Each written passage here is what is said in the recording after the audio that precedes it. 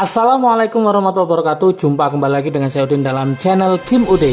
Asiknya belajar kimia.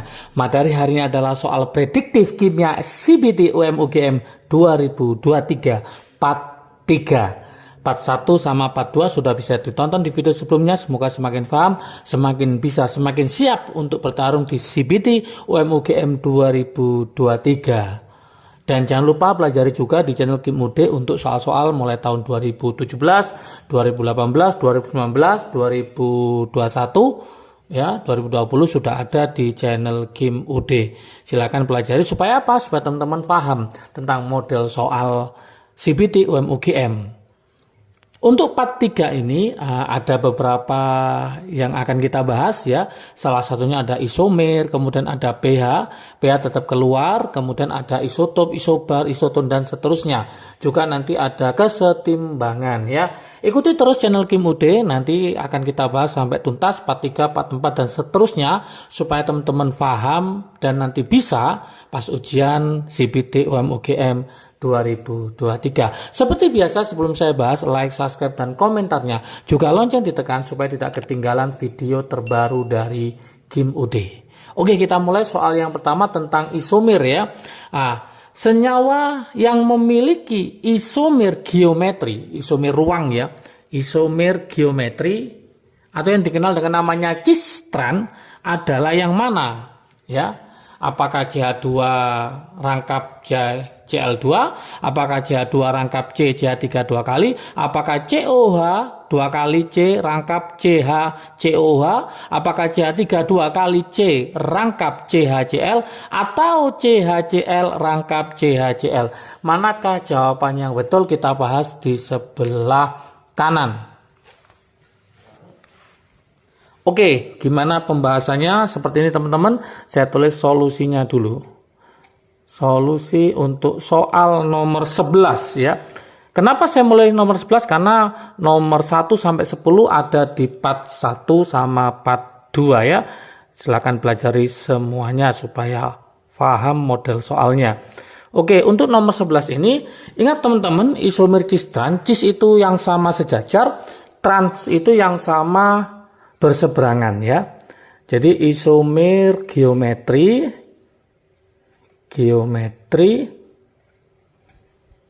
itu tadi kan ada yang namanya cis sama trans. Cis itu artinya yang sama sejajar. Trans itu artinya yang sama berseberangan.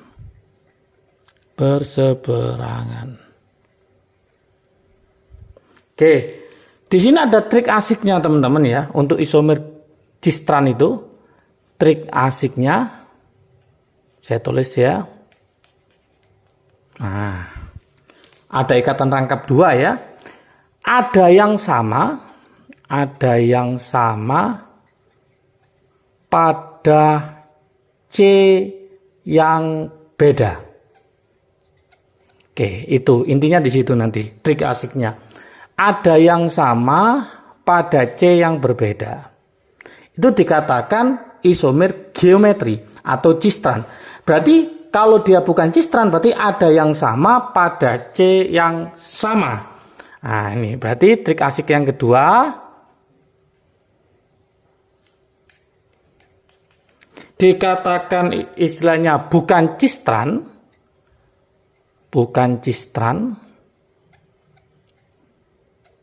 Itu artinya apa? Ada yang sama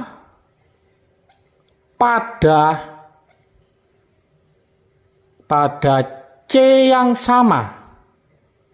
Oke, ada yang sama pada C yang sama. Contohnya gimana? Yuk kita bahas. Yang pertama, yang A, ini kalau saya tulis yang A ini ya, langsung saya tulis di sini ya. Itu adalah C rangkap, berarti ini ada H2, satunya ke atas, satunya ke bawah.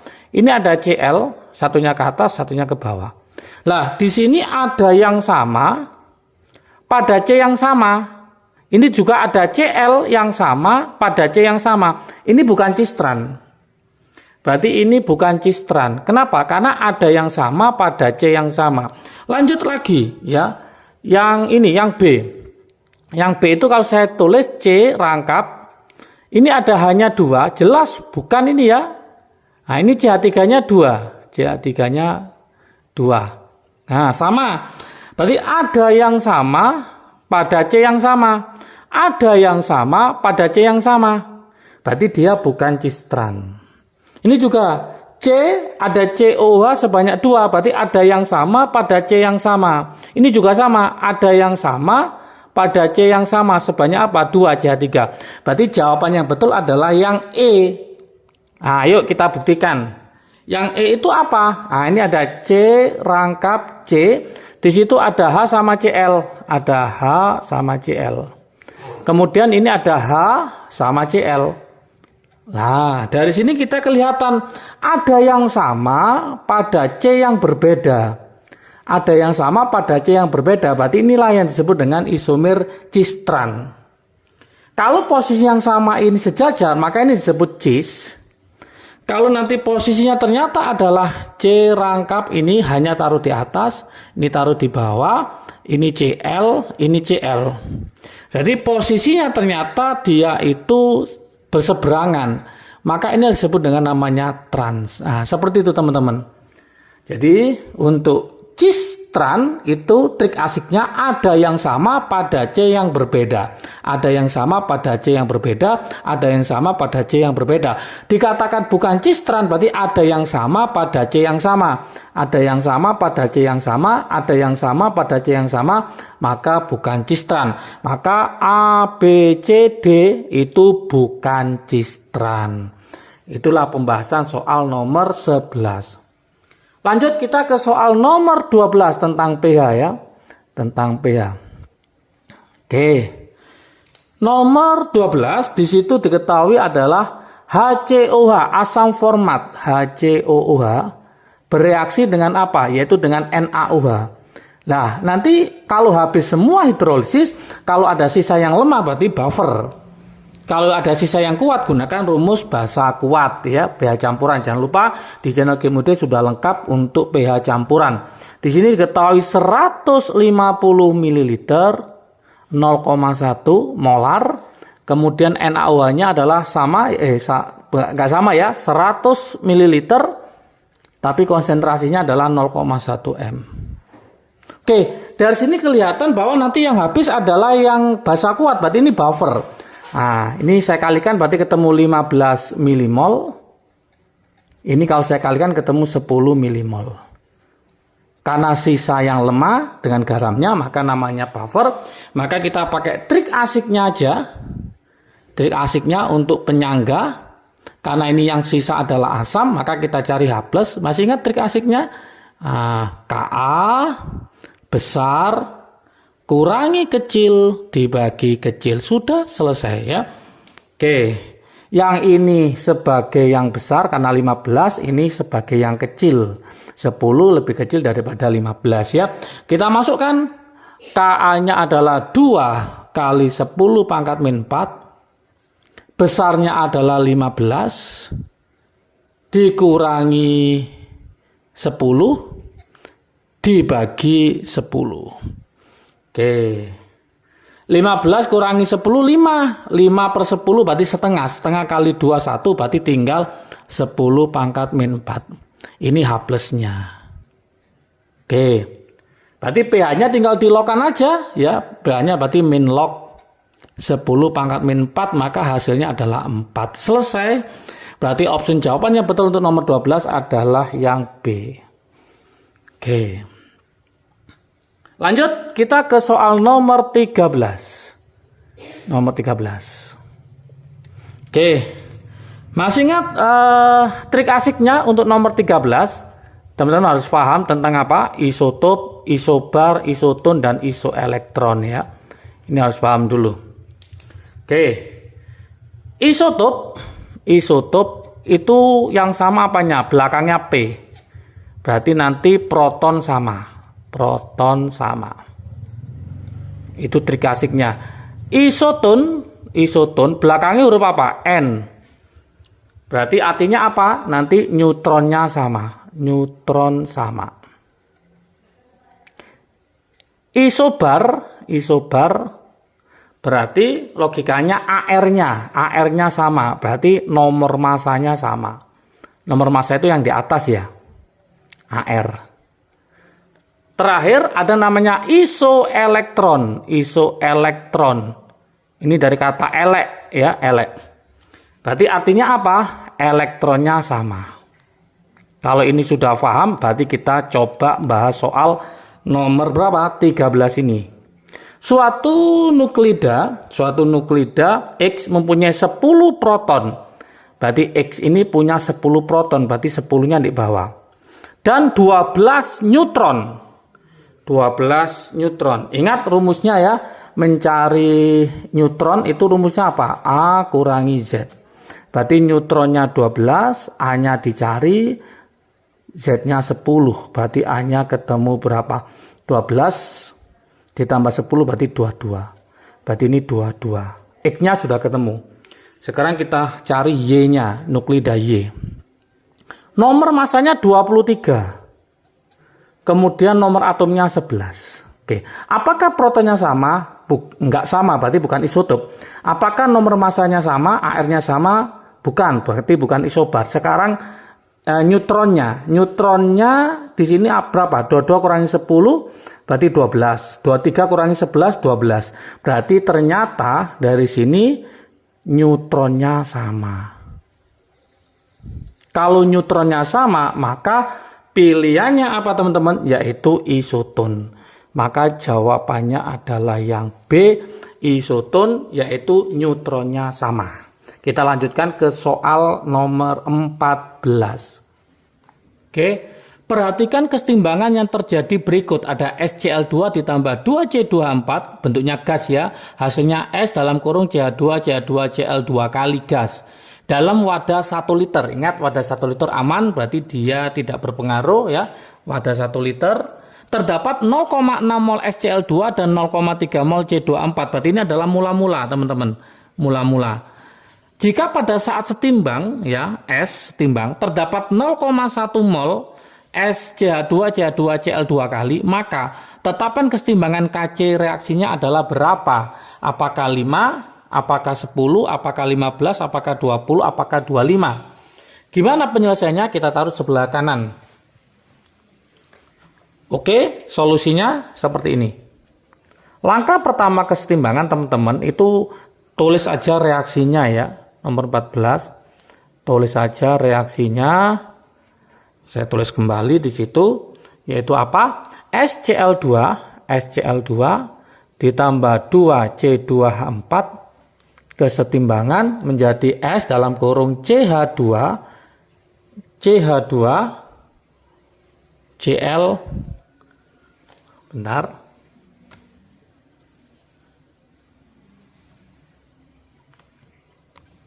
Dua kali, gitu ya. Oke. Kemudian baru kita pakai mula-mula reaksi sisa. Mula-mula reaksi sisa ya.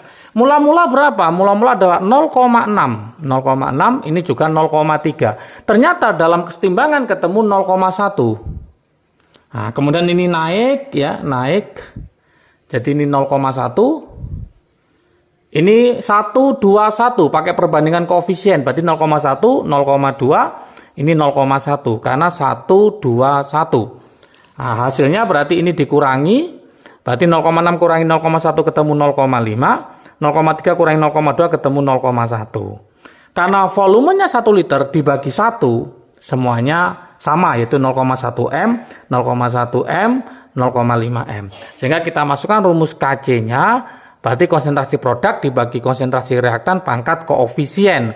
Berarti konsentrasi dari S dalam kurung CH2Cl 2 kali dibagi konsentrasi dari SCl2 kali konsentrasi apa? C2H4. Tapi ingat pangkat koefisien pangkat 2. Oke, tinggal kita masukkan di sini. Berarti 0,1 dibagi 0,5 dikali 0,1 tapi kuadrat.